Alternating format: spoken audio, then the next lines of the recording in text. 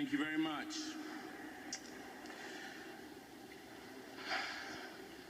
I stand before you today as evidence of the fact that what God starts, he will finish.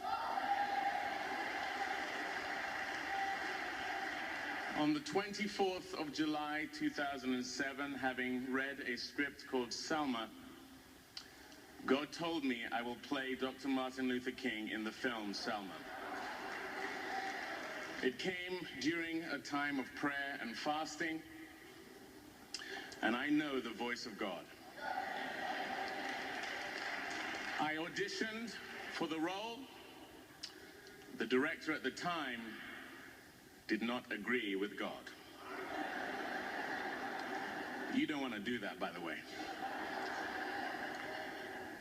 In the meantime, I did a film called Lincoln.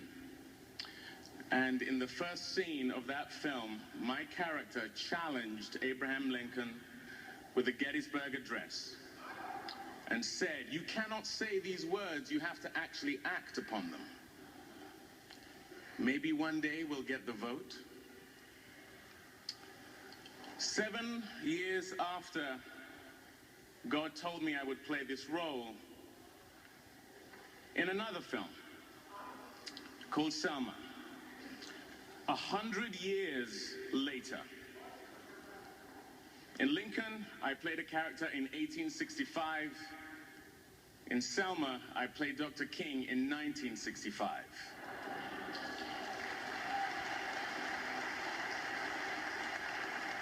"19 presidents later, my character, as Dr. King, asks the very same question.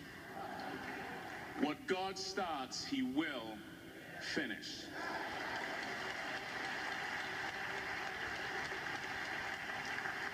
People have asked me severally, what was it like to step into Dr. King's shoes?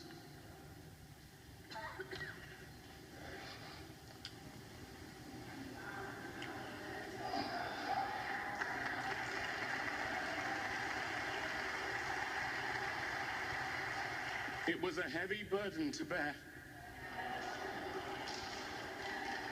As an actor, what you do is you place yourself in the mental space of the person you are playing.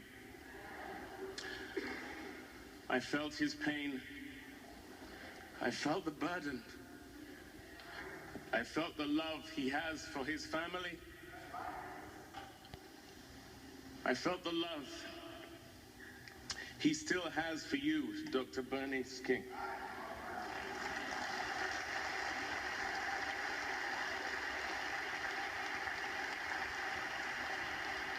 The incredible thing to me is that he was a man of words. We celebrate his oratory.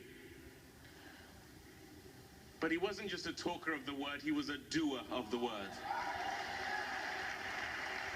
He walked it out every single day. Not only his life was under threat, his children's lives were under threat. I have 4 children myself. I cannot imagine walking through life every day knowing that there were people on earth who wanted to take my 4 children's lives, my wife's life, and then to leave them and go and do it anyway. That is incredible, my friends. I don't know that I could do it. The question I asked myself constantly was, how did he do it? In placing myself in Dr. King's shoes, when I had to give the address in front of the Capitol steps in Montgomery, we were deep into the shoot, and I had asked God to allow the spirit of Dr. King to flow through me. Careful what you pray for.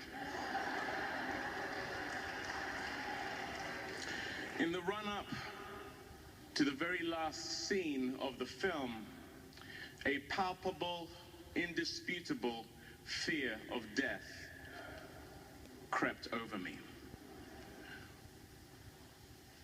On the morning before I gave that speech on the Capitol steps, I felt a huge need to ask for the buildings around to be swept. I truly thought I wouldn't make it out alive. I'm an actor, I'm not Dr. King, but this was very real for me. And at the end of that day, I was shocked that I was still alive. I only stepped into his shoes for a moment. But I asked myself, how did he do it?